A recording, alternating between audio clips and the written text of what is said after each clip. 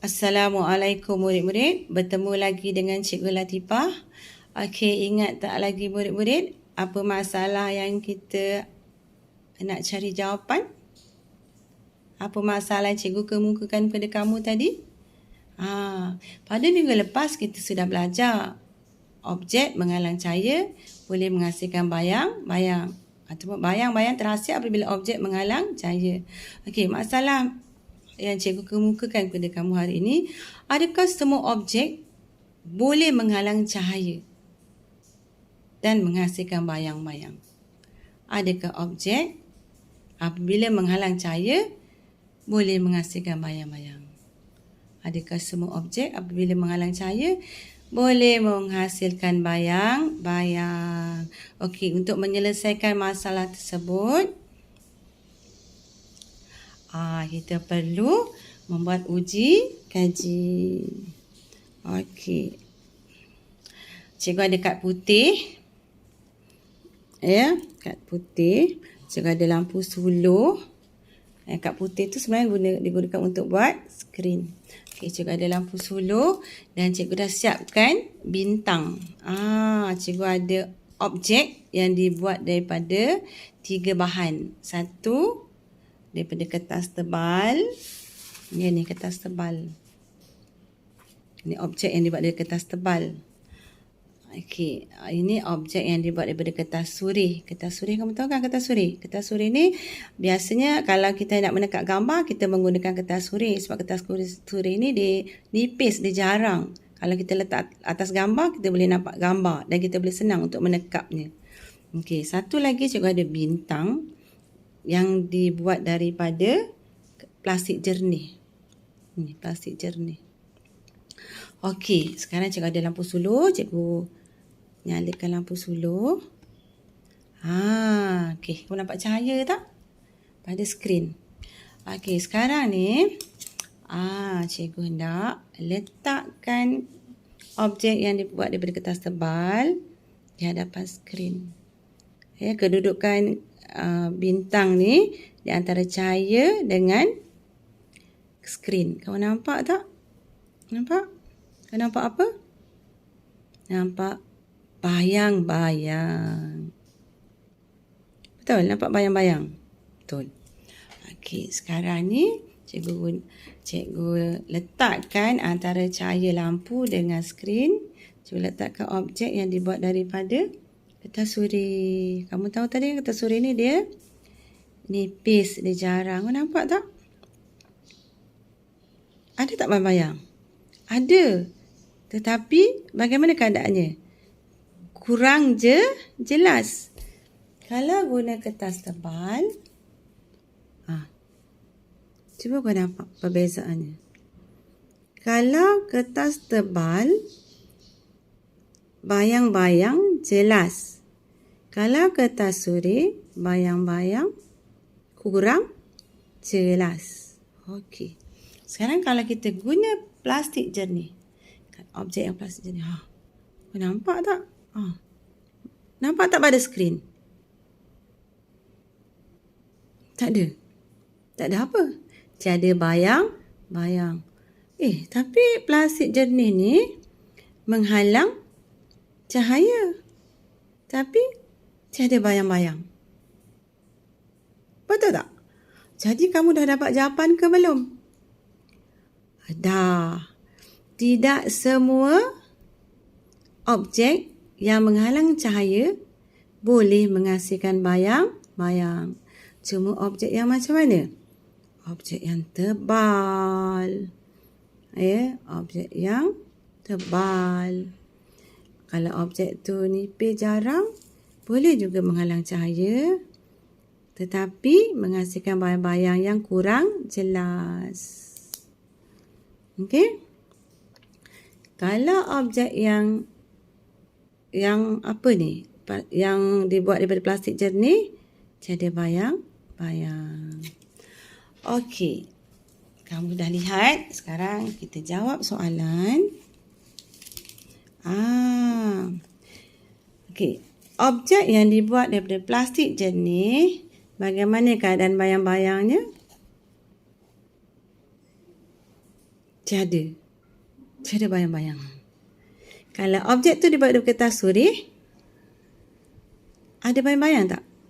Ada tak bayang-bayang? Ada, tapi kurang jelas. Kalau objek tu dibuat dari kertas tebal, ada bayang-bayang tak?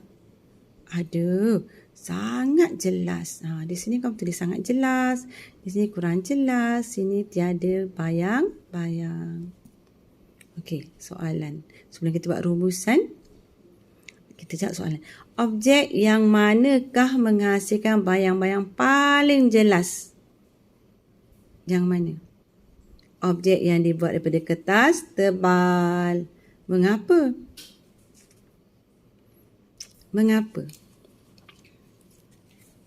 Siapa boleh jawab? Okey, ini kan. Dia menghasilkan bayang-bayang paling jelas. Kenapa? Sebab cahaya tidak boleh menembusi kertas tebal.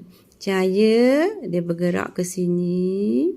Lepas tu dia tak boleh tembus ke sini. Jadi terhasillah bayang-bayang. Mengapa kertas tebal menghasilkan bayang-bayang yang sangat jelas? Sebab kertas tebal menghalang sepenuhnya cahaya. Halang sepenuhnya. Kalau kertas suri, ada bayang-bayang tapi kurang jelas. Kenapa? Sebab kertas suri tidak menghalang cahaya sepenuhnya. Cahaya masih lagi dapat menembusi kertas suri. Tapi cahaya yang tembus melalui kertas suri tidak banyak. Sikit je cahaya yang tembus. Sebab itulah bayang-bayang kurang jelas. Okey? Kenapa bayang-bayang kurang jelas? Sebab kertas suri tidak menghalang cahaya sepenuhnya. Tapi kertas tebal menghalang cahaya sepenuhnya. Langsung cahaya tak boleh tembus. Okey. Plastik jernih. Mengapa plastik jernih tidak menghasilkan bayang-bayang? Padahal ada cahaya. Sepatutnya plastik jernih ni kalau dia menghalang cahaya, ada cahaya. Plastik jernih ni terletak di antara lampu suluh dengan skrin. Sepatutnya menghasilkan bayang-bayang tapi tak ada. Itu menunjukkan bahawa plastik jernih ini tidak menghalang langsung. Dia menghalang. Tapi dia membenarkan semua cahaya ni tembus melaluinya. Cahaya ni sampai, cahaya lampu suluh sampai pada plastik jernih. Selepas tu, cahaya ni tembus terus ke sini. Jadi kau faham kan? Bukan semua objek apabila menghalang cahaya boleh menghasilkan bayang-bayang. Okey. Apa rumusan yang kita boleh buat? Okey, masalah telah berjawab. Masalah tadi cikgu ulang lagi. Adakah semua objek boleh menghasilkan bayang-bayang apabila menghalang cahaya? Tidak. Ada objek yang menghalang cahaya tetapi tidak menghasilkan bayang-bayang.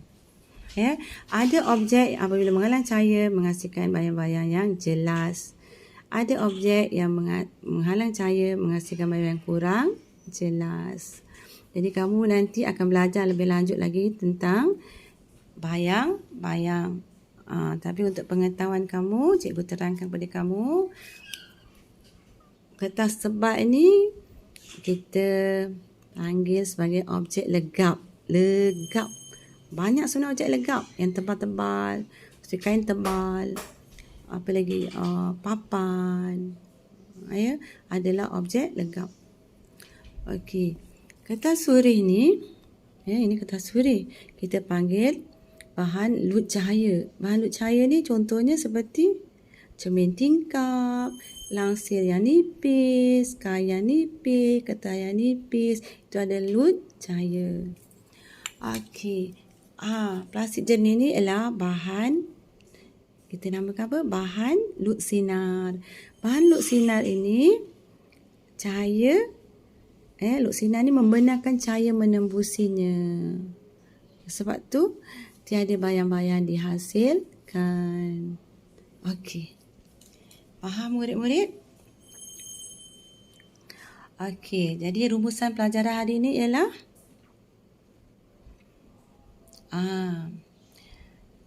kejelasan bayang-bayang bergantung kepada objek yang menghalang cahaya.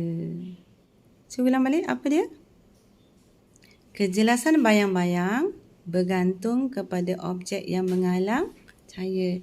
Kejelasan bayang-bayang bergantung kepada jenis. Kau mesti ingat jenis.